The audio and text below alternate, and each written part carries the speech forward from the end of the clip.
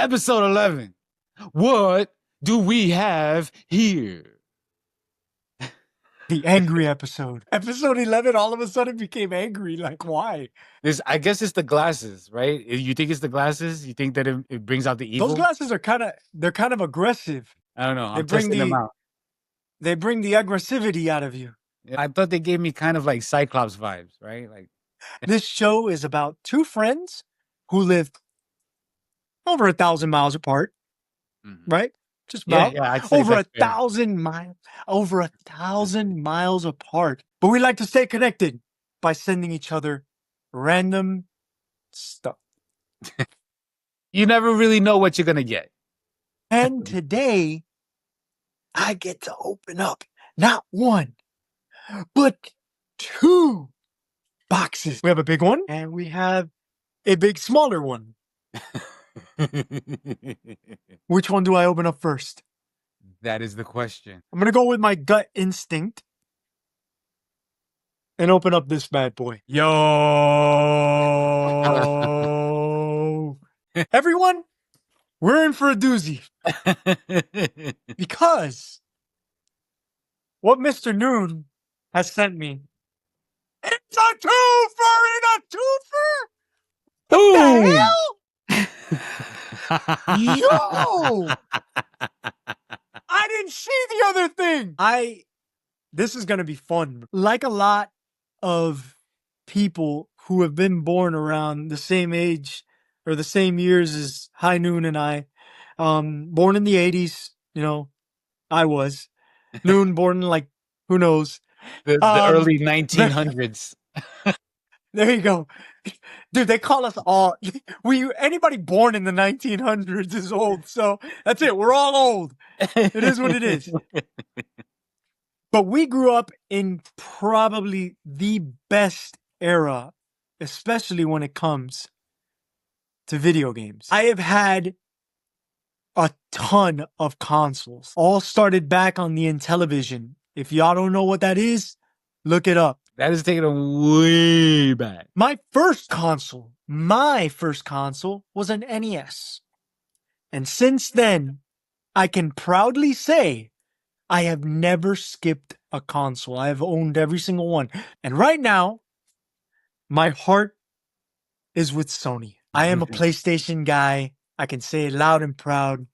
I own an Xbox. Don't want to disregard my Microsoft family. I play Xbox as well.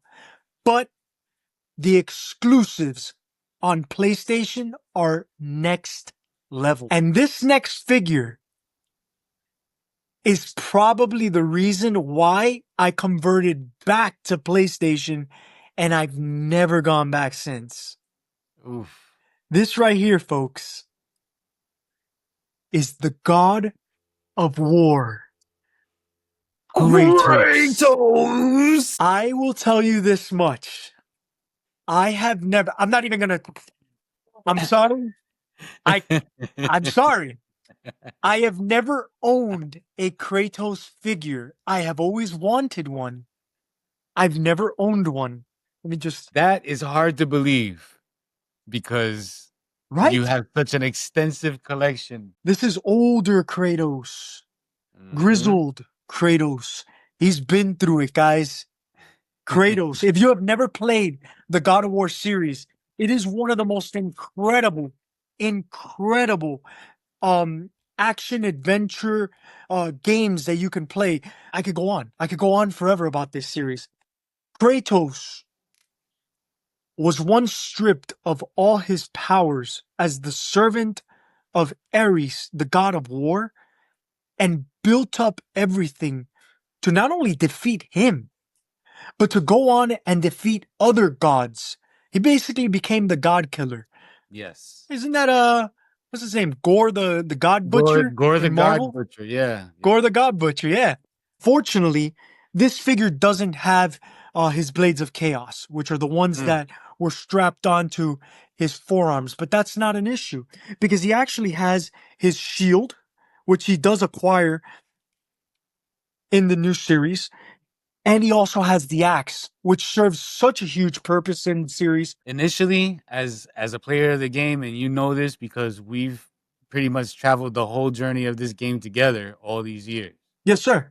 right? I thought that at first when I realized that you weren't going to have the Blades of Chaos in the beginning of the game, that it was gonna be whack. I thought that the axe was just like not gonna be cool. And then you start using it and you're like, wow, this is really, really awesome.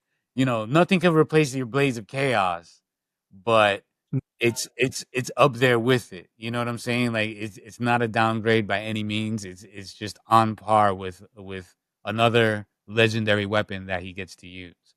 I would love for everybody to at some point play one of these games because it is so worth it. Like the storytelling, the mythology of it, it's incredible. And I could go on for days telling you all about it, but you got to experience it for yourself. This is probably one of my all-time favorite franchises. And what I love is that it doesn't end right now cuz I have to go in and get the other box. There's a theme with this box. God of War brought me back to the PlayStation.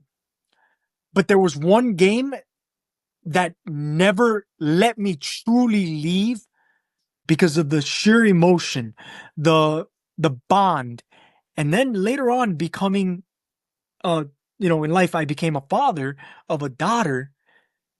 That just, man, emotionally this game sunk its teeth into my heart and truly made me feel for these characters. So, without further ado, and I'm pretty sure some of you have already figured it out, The Last of Us.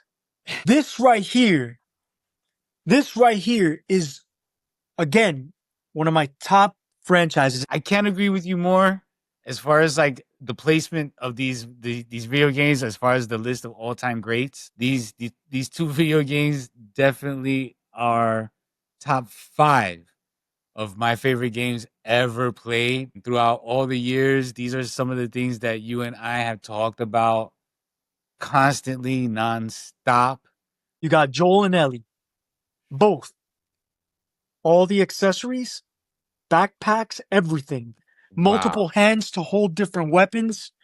I mean, I could tell you right now, they nailed Joel, but man, I'm happy that they didn't screw up Ellie. They actually did a Wow. really good job. She looks really good, man. Yeah. If you played the game, you know damn well they're doing an amazing job with this series. This is all based on what I've read, people complaining and arguing about the actress they chose to play Ellie.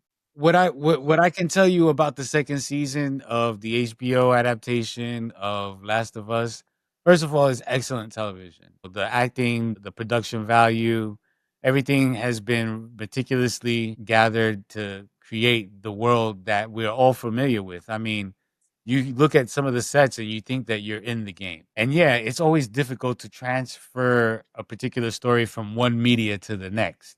You know, it's always hard to transfer a story from comic books to movies. And the same with video games. You know, you're dealing with a completely different animal. And so what they managed to do is they managed to include all of the familiar things into the video game without missing a beat, pretty much. It's still very seamless storytelling for the medium. This is one of the most well-written games, well-written stories I've ever played. Because the entire game you feel like you're playing in a movie. So that's why I love the show, but without the game, man, I mean, there would be no show. I just have to show you, man, the detail with these figures. Mm. That is wild. That is wild. They come with a lot of accessories, man. There's so many scenes that you could recreate. Um, I mean, yeah, dude, you got me with these, bro. Before we move forward, because there is one more matter of business to take care of, okay? Before we move on to that matter of business, we have to close out this business. And now it's becoming tradition that we go ahead and give some type of shelf score rating to the All packages. right. Seeing as how both of these collectibles come from the same spot, they have the Uh similar huh. packaging, right? I guess you could lump them all together. Box. Yeah. It tears open real nice. I like that. And that's how it should be. These figures are proudly to be displayed outside of the box. It's too much detail, too much posing, too much reenacting that you could do with these figures. I would highly recommend taking these figures out of the box. There's not much of the Kratos box left. Dude, I really tore into these, man. I really wanted to get these out. I mean, it's a white box, beautiful screenshot. Kind of lazy. Man, they could have done so much more, man. Like just added more to it. It's so white. Give it a 4. A 4. Box score of 4 for the first category. I'll give it a 4. And I hate that the box is gonna drop the score of the figures because the figures themselves, man.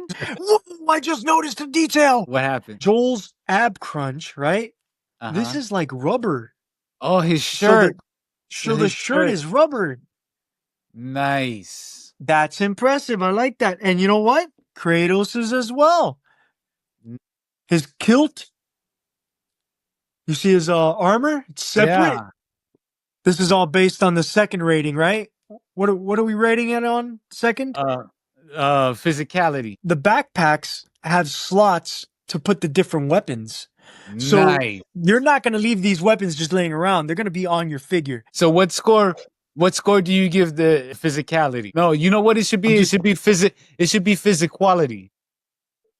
PHYSIQUALITY.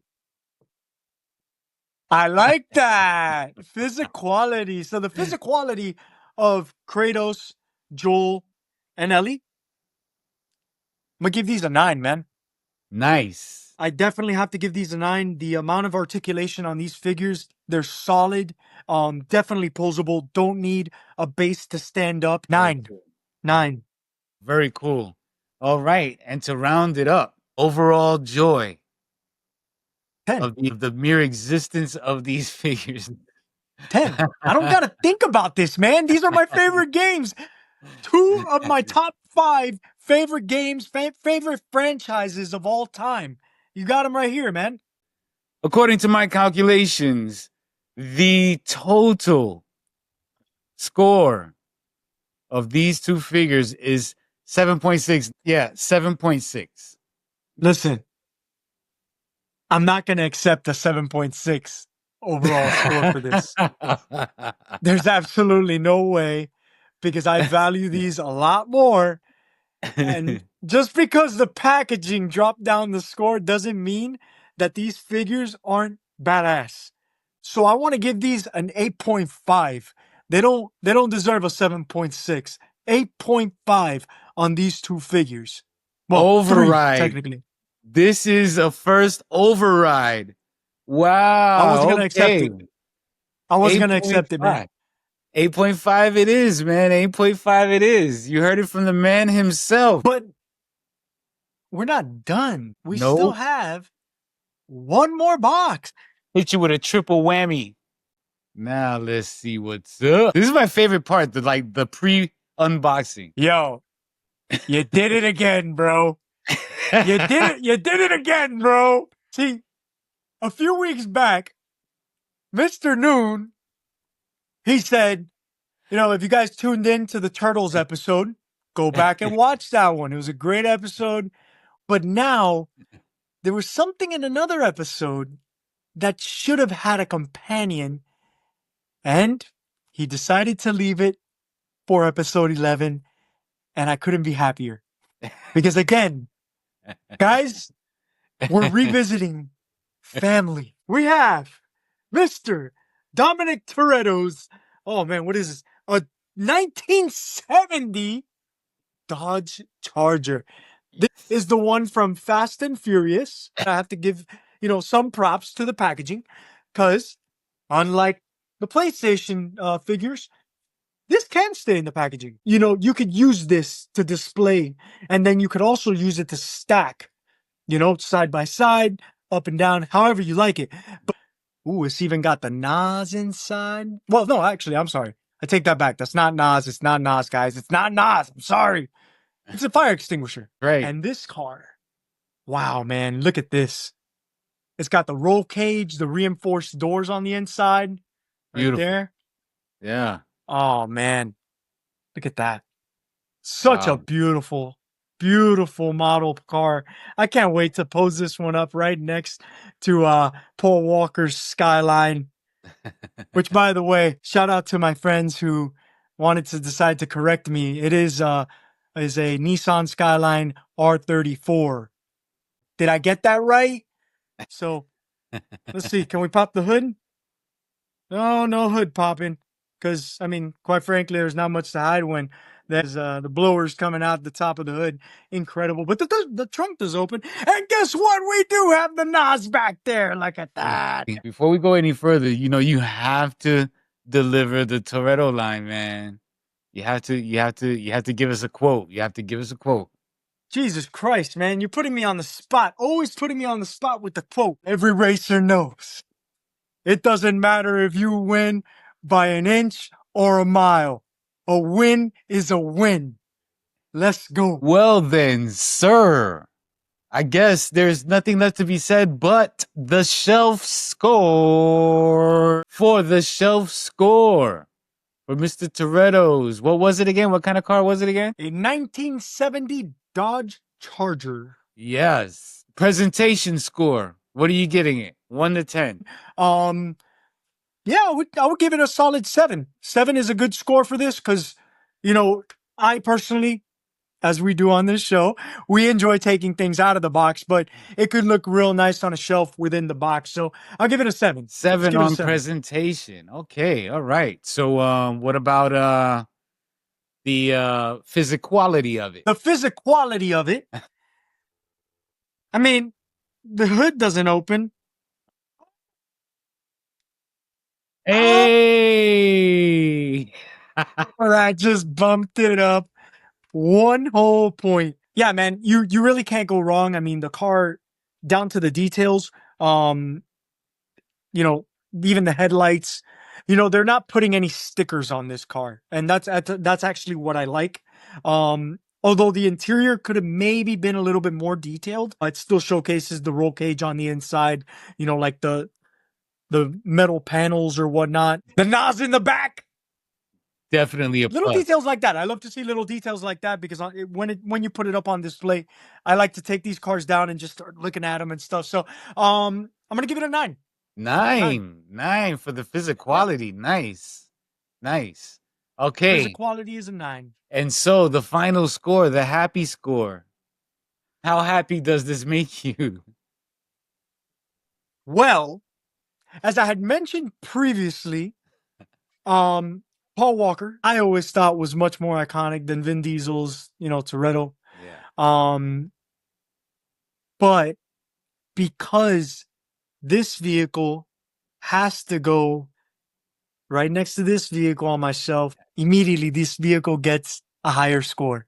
Yeah. So, with that, I'm going to give this one an 8. An 8. Nice. High scores.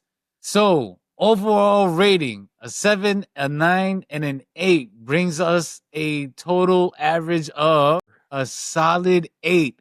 Top shelf. And I do appreciate you sending me this one, man.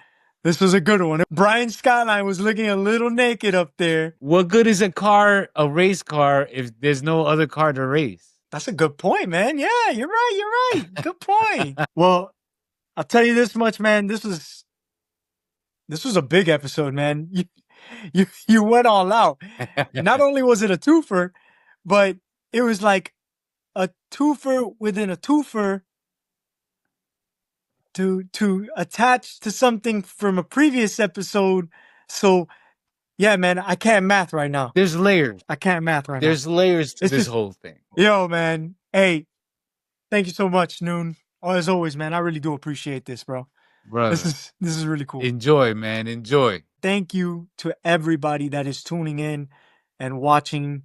What do we have here? Because we are definitely having a great time. High Noon, send us away, man. Don't forget to like, subscribe. Please leave us a comment. Let us know what we're doing right, what we're doing wrong. Whatever you want to talk about. If you want to talk about your own collectibles, you want to talk about stuff that you might want to see on the show, let us know. And I will see you on the next one.